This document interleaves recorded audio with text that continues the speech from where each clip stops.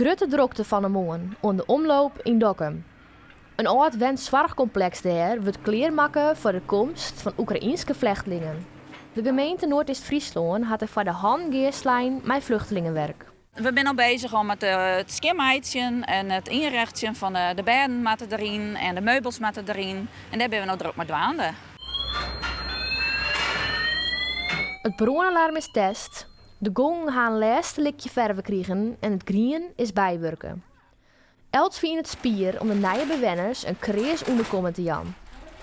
Het is nog flink onpoortje, want de eerste mensen moeten er eind deze weken al in. Dit is wie binnen een kwartsmol kwartier wie dit realiseerbaar. Ja, we eerst naar een overgebouw helemaal kleermaatje, maar het neemt dat vast volle tijd in beslag. En hier kunnen we heel snel schakelen. Ja, we hadden dit eigenlijk binnen overal week is dit helemaal operationeel wezen. Er komen waarschijnlijk vooral vrouwen met baan naar Dokkum. De buurtbewoners krijgen er daarmee in een 50 bolje bij. Maar het kwam voor haar net als een verrassing. We hebben het al tocht. Het staat leeg.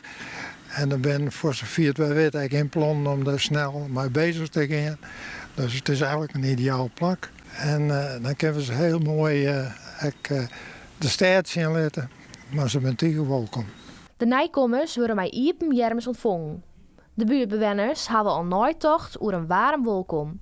Toen was het idee van uw spanningmeester van zullen wij een Oekraïne-wimpel hangen.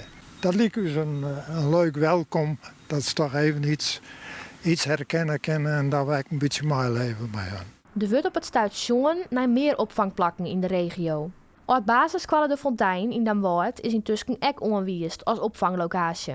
En hoe lang is het de bedoeling dat die vluchtelingen hier onderdak krijgen? Voor eerst hebben wij opdracht in voor de veiligheidsregel van hier. En dan afhankelijk van de ontwikkeling en dan moeten we dan bij verder zien.